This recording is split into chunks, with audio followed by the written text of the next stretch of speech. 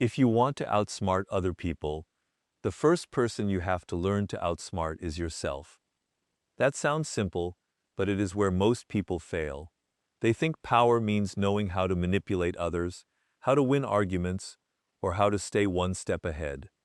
But if your emotions can be triggered on command, you are not the one in control. You are reacting to someone else's strategy. Think about what happens when someone insults you. Suddenly you feel the need to defend yourself. The other person has barely done anything, yet they have already directed your attention, changed your emotional state, and influenced your behavior. This is one of the oldest principles of human psychology. Whoever controls the emotional temperature of an interaction often controls the interaction itself. The disciplined person therefore develops a pause between stimulus and response. They do not reveal anger simply because anger is expected from them. Instead, they observe what is happening inside themselves. And these questions create distance between you and your impulses, and that distance is where strategic thinking begins. This does not mean becoming cold, emotionless, or passive. Emotions contain valuable information. Anger may reveal that a boundary has been crossed. Fear may indicate that you have underestimated a risk. Envy may expose something you secretly desire. The mistake is not having these emotions. The mistake is allowing them to make decisions for you. A person who understands this becomes much harder to manipulate. Flattery does not make them reckless. Criticism does not make them defensive. Pressure does not make them careless. Pressure, they can listen without immediately agreeing, disagree without becoming hostile, and walk away without needing the last word. And there is another advantage. When you remain calm, other people begin revealing themselves. The impatient person exposes their urgency. The insecure person over-explains. The manipulator becomes frustrated when they cannot provoke a reaction. The person who needs control becomes increasingly obvious when control slips away. Your calmness becomes a form of information gathering. This is why you cannot see the game clearly when your ego is demanding that you win every moment. The strongest position is often not to react faster, but to understand more deeply before you act. Slow down, observe yourself, observe the other person, then choose your response deliberately, because the person who cannot control himself will always be vulnerable to someone who can. Master your reactions, and you begin to master the game, or trying to impress the other person. Because of this, they miss what is happening directly in front of them. The strategic mind works differently. It listens. When you genuinely observe someone, you begin to notice the gap between what they say and what they consistently do. A person may tell you they value loyalty, but watch how they treat people when those people can no longer benefit them. Someone may describe themselves as confident, yet become defensive whenever they are questioned. Another person may speak constantly about success. Pay attention to what repeatedly captures someone's attention, what makes them uncomfortable, what they avoid discussing, what they become emotional about, and what they seem desperate to prove. You are not looking for weaknesses so that you can exploit them. You are trying to understand the psychological forces influencing their behavior. Once you understand those forces, you are far less likely to be surprised by their actions. There is also tremendous power in not revealing everything about yourself. They explain every decision because they want to be understood. But excessive transparency gives other people a map of your psychology.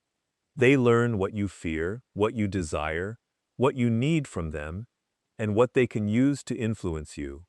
You do not need to become secretive or deceptive. You simply need to become selective. Let people earn access to your deeper thoughts. There is an ancient strategic principle here. Information has value, and the person who gathers more information. Sometimes the most revealing moment in a conversation comes after you stop speaking. People become uncomfortable with silence and begin filling it. They explain more. They correct themselves. They reveal motivations they did not intend to reveal. By resisting the urge to fill every empty space, you allow human nature to speak for itself. But observation requires patience. You cannot understand someone from a single conversation, a single expression, or one dramatic moment. Look for repetition. Look for patterns. Notice what kinds of people trigger your insecurity. Study the situations in which you abandon your principles. The better you understand your own patterns, the better you will recognize those patterns in others. The world becomes easier to navigate when you stop taking every word at face value and start studying behavior. Asterisk, speak less. Observe more. What people reveal in silence may be more valuable than what they say aloud. Once you have learned to control yourself and observe other people carefully, someone challenges you, and you immediately defend yourself. Someone demands an answer, and you feel obligated to provide one. Someone tries to pull you into an argument, and you accept the invitation. You may think you are standing your ground, but psychologically, you have already surrendered something important: the ability to choose the battlefield. Every interaction has a frame. There is an implicit definition of what is happening, what matters, what must be proven, and what counts as winning. If you immediately begin proving that you are confident, you have accepted their definition of the situation. You are now playing their game. A more strategic response is to recognize that you do not have to accept every premise presented to you. This does not mean avoiding difficult conversations. It means becoming selective about which battles deserve your energy. There are situations where confrontation is necessary, but confrontation should be a choice, not a reflex. If someone wants you rushed, slowing down removes their advantage. If someone wants you, your greatest freedom is the ability to decide when not to participate. This principle extends far beyond conflict. Consider negotiations. The person who desperately needs one particular outcome is usually negotiating from weakness. But if you have alternatives, patience, and the willingness to walk away, the psychological balance changes. Suddenly you are no longer asking, "How do I convince them?" You are asking, "Is this even the right opportunity?" That shift is profound. People often waste enormous amounts of energy trying to win situations they should simply leave. They argue with people who have no intention of understanding them. They compete for approval from people whose approval has little value. They spend years trying to prove themselves in environments that were never designed for their strengths. Strategic thinking begins when you recognize that not every battlefield deserves your presence. Choose environments where your abilities matter. Choose conversations where reason is possible. Choose relationships where mutual respect exists. And when someone attempts to drag you into a psychological game, pause before responding and ask yourself, who benefits if I react exactly as expected? The world will constantly offer you battles. Your task is not to win them all. Asterisk, choose the battlefield, and you choose the odds. Once you understand how to control yourself, observe others, and choose your battles carefully, there is another principle that becomes essential. Never become so predictable that people can control you simply by anticipating your reactions. Predictability creates comfort, but it can also create vulnerability with. This is why emotional discipline and unpredictability work together. You are not trying to become chaotic. You are trying to become difficult to manipulate. There is an important distinction here. Your principles should be consistent, but your tactics do not have to be. You can be honest without telling everyone everything. You can be respectful without always being available. You can be confident without constantly proving yourself. Your character should remain stable while your responses remain flexible. Think about how people behave when they believe they have figured you out. They create expectations. They assume you will answer immediately, defend yourself, apologize first, accept their invitation, or continue pursuing them after they withdraw. Once they have established that pattern, they begin operating against the version of you they think they understand. Breaking that pattern changes the psychological equation. Sometimes the strongest response to provocation is silence. Sometimes the strongest response to disrespect is distance. Sometimes the most powerful decision is simply to do nothing. Doing nothing is not weakness when it is deliberate. It can be a refusal to give someone the reaction they were attempting to extract from you. But unpredictability should never become a performance. If you constantly try to appear mysterious, people will eventually see that the mystery itself is an act. True strategic flexibility comes from having options. You do not need to confuse people when you genuinely have more than one possible course of action. This is why independence matters. The more dependent you are on one particular outcome, the more predictable your behavior becomes.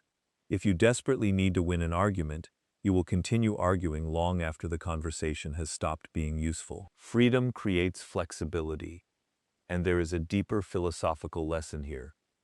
You should not live according to the expectations other people have constructed around you. If they expect you to remain the same because they have become comfortable with the old version of you, growth itself becomes a form of unpredictability. You can change your strategy without betraying your identity. The goal is not to make people afraid of you. The goal is to make sure that no one can operate you like a machine. Let your character be predictable, and your next move remain your own. Asterisk. At this point, we have moved from controlling yourself, to observing others, to choosing your battlefield, and finally to becoming difficult to predict. But there is a deeper form of power beneath all of these strategies: leverage. Because ultimately, you do not become powerful by controlling everyone around you. The more dependent you become on a single source of security, the more influence that source has over you. This is why independence is not merely a personal virtue, it is strategic. If you have alternatives, your behavior changes. You can say no, you can walk away, you can negotiate patiently, you can refuse an unfair offer without immediately fearing the consequences. You are no longer trapped by the belief that this person, this opportunity, or this outcome is your only possibility. And notice something: leverage removes that desperation. But leverage is not simply about money or status. It can come from knowledge, competence, relationships, reputation, time, discipline, and options. The person who understands something others do not understand possesses informational leverage. The person who can perform a valuable skill possesses practical leverage. The person who can remain patient when others are desperate possesses psychological leverage. The person who can remain patient when others are desperate possesses psychological leverage. Develop skills that make you valuable, learn to communicate clearly, become financially and intellectually more independent. Build relationships based on mutual respect rather than dependency. Strengthen your ability to tolerate uncertainty. Create multiple paths toward your goals. The objective is not to become someone who needs nobody. That is another form of weakness. Humans need cooperation, connection, and community. The objective is to avoid becoming psychologically dependent on one specific person or outcome. There is also an ethical dimension to this. Leverage can be used to manipulate, but it can also be used to protect yourself from manipulation. Real dominance is not making another person submit to you. It is reaching a point where their ability to control your choices becomes limited. Imagine someone criticizing you. If your entire identity depends on their approval, their words can destabilize you. But if you know who you are, what you value, and where you are going, their opinion becomes information rather than a command. That is power. So stop asking, how can I control this person? Ask a more intelligent question. The strongest person is not the one who controls others, but the one who cannot be easily controlled. All of these principles lead to one final discipline. Learn to think beyond the immediate moment. Most people live psychologically from one event to the next. Someone says something, they react. An opportunity appears, they rush toward it. A conflict begins, they focus on winning it. They are constantly responding to what is directly in front of them, without considering what that response will create tomorrow. A harsh response may win an argument today, but damage a relationship tomorrow. A careless promise may create an obligation you cannot escape later. A quick victory may reveal your strategy to someone who will eventually use that knowledge against you. The immediate result is only the first move in a much longer sequence. This is why powerful thinkers learn to look several moves ahead. Before you act, imagine the likely reaction. Then imagine your response to that reaction. Then consider what the other person might do after that. You are not trying to predict the future with perfect accuracy. You are developing the habit of considering consequences before you act. Imagine the likely reaction, then imagine your response may. This requires patience because the human mind naturally prefers immediate rewards. We want to answer now, win now, prove ourselves now. But many of the most important victories in life come from refusing the temptation of immediate gratification. Think about reputation. You may be able to gain attention through arrogance, controversy, or reckless behavior, but what happens after the attention disappears? Think about relationships. You may win temporary control through jealousy or pressure, but what kind of relationship does that strategy create over time? They ask, if I do this, what does it encourage? What precedent am I creating? What will this teach other people about how they can treat me? What options will remain afterward? These questions transform ordinary decisions into strategic ones. But thinking 10 moves ahead does not mean becoming paranoid. You will never know exactly what another person will do. Human beings are unpredictable, circumstances change, and even the best strategy can fail. The purpose of foresight is not certainty, it is preparation. It is about knowing your objective clearly enough that you can change your route without losing your direction. And perhaps the deepest lesson is this: your life is shaped less by individual dramatic decisions than by the patterns those decisions create. One reaction becomes a habit, one habit becomes a character trait, one character trait influences your relationships, opportunities, and future choices. So before you make your next move, pause. Do not